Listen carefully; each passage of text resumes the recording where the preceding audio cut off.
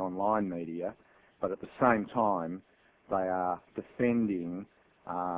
profits, dwindling profits, but nevertheless still profits from the old media, and so they're trying to prolong the day when the migration completes itself. The internet is now, according to most surveys, pretty well the largest single source of news and information, and it's still growing at a rapid rate. And this means that in terms of the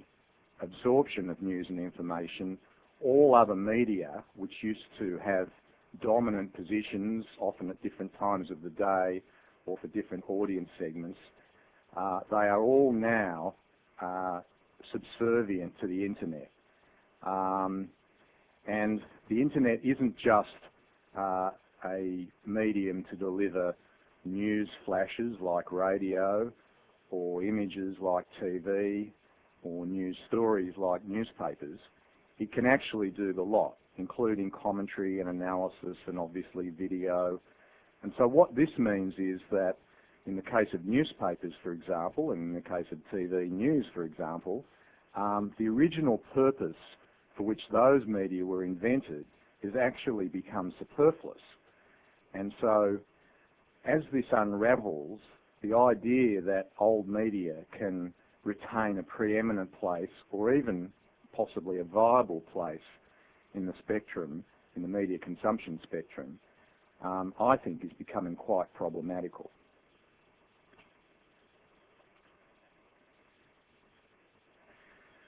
I also want to mention Google here, search engines, but predominantly Google. And I think this is of particular relevance to the public relations industry, because what Google and the search engines and the ubiquity of the internet and the depth of the internet means is that audiences who once were used to the idea of a media outlet, a newspaper or a TV news bulletin or radio news bulletin or whatever, being the intermediary between the audience and the information, now the audience can go directly to the information, and there is and it costs them nothing, and there's so much information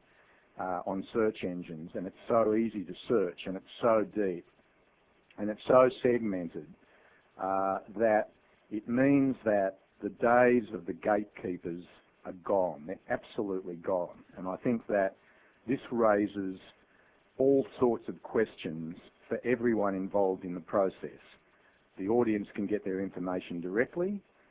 The journalists and the editors and the old media outlets no longer control the gates. The gates have been opened up. And from the PR practitioner's point of view, in my view, it means that whatever you disseminate, you actually now know that the audience has a methodology to fact check and check in other ways the information, which was never the case a decade ago. I think it's also important to focus on the fact that for a whole range of reasons, there's now a growing public awareness of the existence of spin. In my view, this is partly because when it comes to the political debate, and I think the political debate, whilst it tends to focus and be of interest to a minority of people who are interested in the national agenda and the political agenda, at certain times, election times or times of political controversy,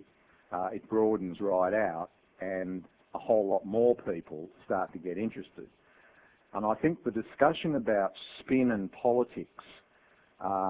is now so prevalent and I think has hit the sort of grassroots level that you should be aware as PR practitioners, and I think politicians should be aware, that the kind of radar screens of the public now have spin on them. They now know, and they're now alert and aware to the fact that there is this thing called spin.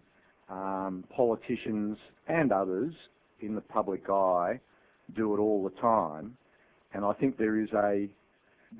now a kind of natural discounting that takes place in people's mental calculus when they absorb information that involves these kind of public figures, where the belief threshold gets lower and lower. And I think that this could have consequences for the PR industry because of its close alliance with the word spin. And I think that I'm sure most PR practitioners who are listening today think about this a lot. But I think as part of this mosaic of the changing media landscape and the way that people consume media information now, this is an interesting and possibly important factor. So getting back to journalism, I'm sure all of you have been party to or witness to the great debate that started to take place about the future of journalism. Here in Australia, it has started to unfold over the last few years, but nowhere near the intensity and emotions that the debate has generated in the US and to a lesser extent in the UK and Europe. In America now, every journalist's office, every media office,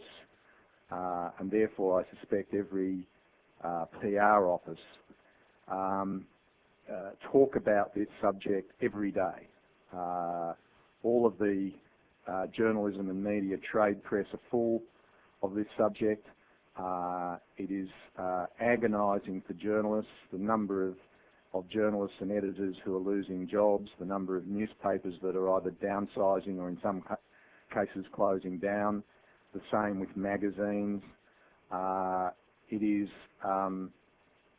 unravelling at a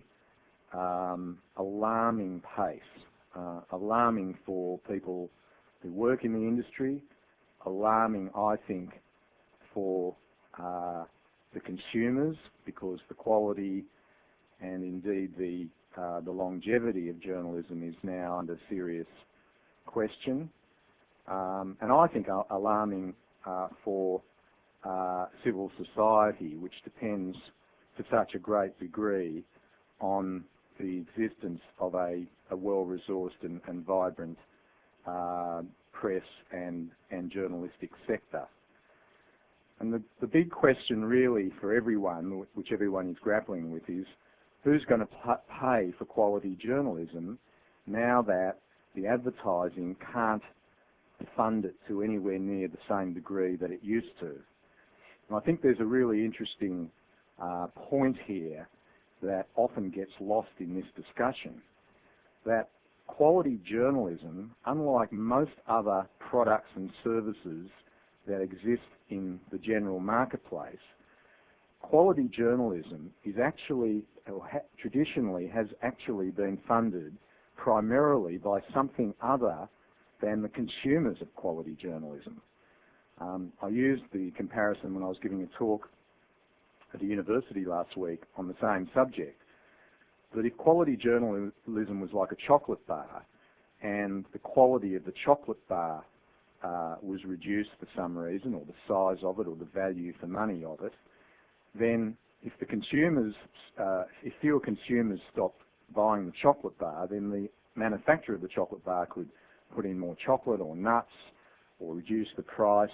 and there is a direct correlation between product quality and demand.